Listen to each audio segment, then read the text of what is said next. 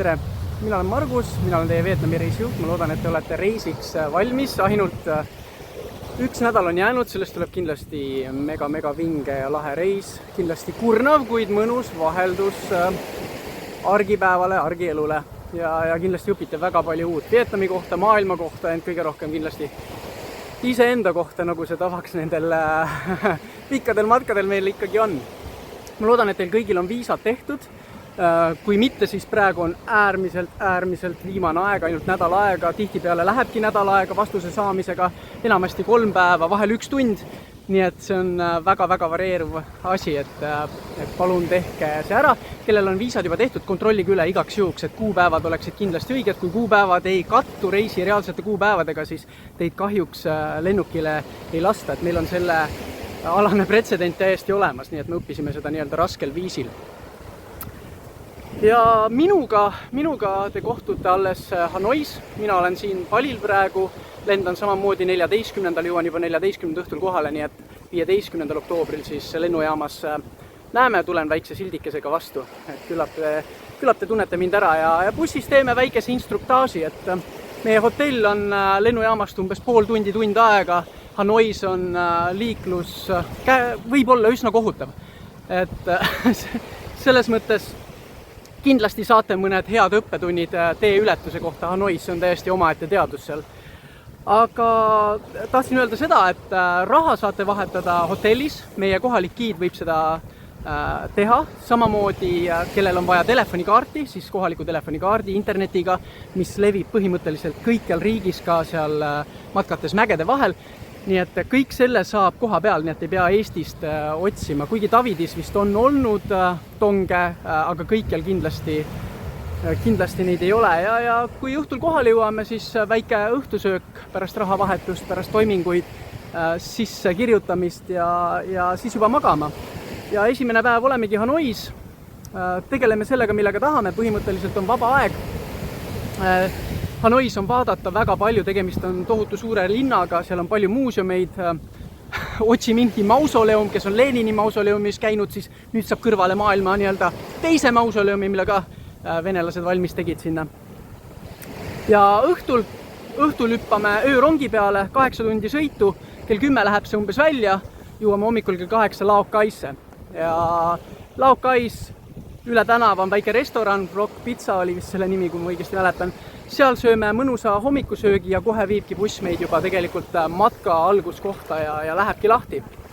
Ja kokku matkame 7 päeva, kõigepealt 3 või 4 päeva, siis 1 vaba päev Sapas ja siis jälle 3 või 4 päeva pärast otsa. Matk on olnud 100 kuni 120 kilomeetrit pikk, kuigi matka raskusaste, eks ju, on keskmine, siis see on väga suhteline, nagu te isegi teate, et kui te olete väga heas vormis, hästi ette valmistunud, siis see on lihtne matk.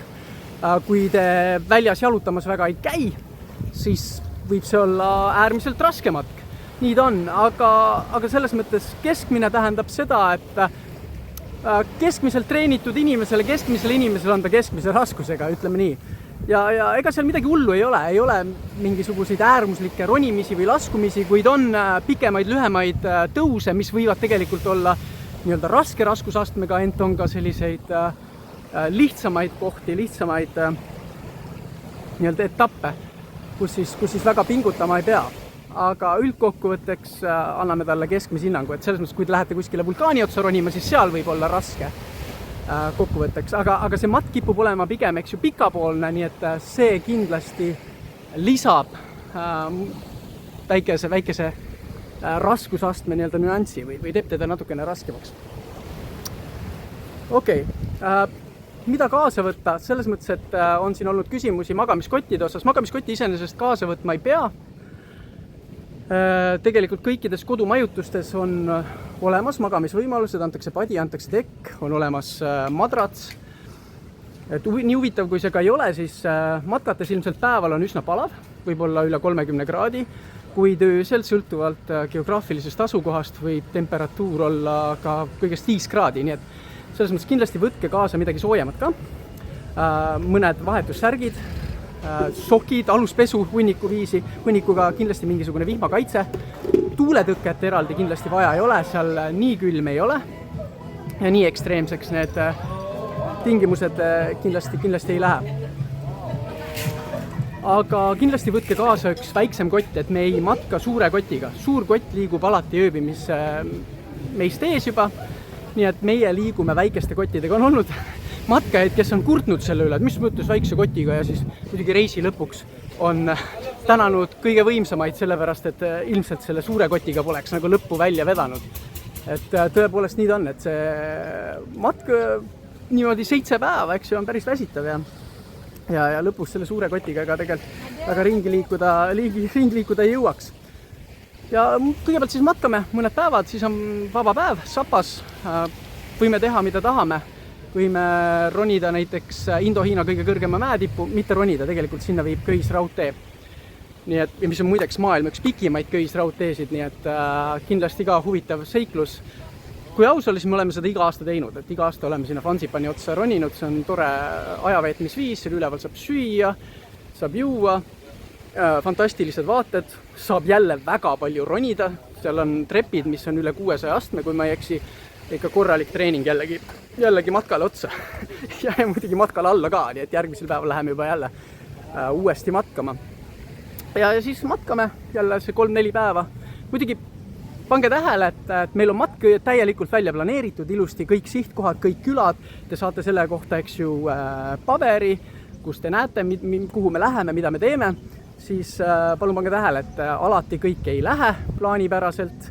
Et eelmine aasta näiteks enne meie matka oli olnud just Põhja-Vietnamis suur taifuun ja väga paljud kohalikud teed olid kinni varisenud, nii et meie giidid pidid vahepeal meile lõunasööki tooma ka 150 kilomeetrise ringiga. Nii et selles mõttes need marsruudid võivad muutuda, aga loomulikult ärge muretsege, iga õhtu teeme koos õhtusöögi ümber jälle instruktaaži ja vaatame, mida siis järgmine päev meile tooma peaks. Ja pärast matka liigume juba tagasi Hanoisse, rongiga samamoodi ja sealt siis Halongi lahele, kus sööbime paadis ühe öö Halongi lahel, käime vaatame mägesid, käime kanuutamas, et tegemist on väga vahva kohaga, päris turistlik, aga sellegi poolest väga ilus, fantastiline loodusime, need paekivimäed seal on tõesti väga kenad.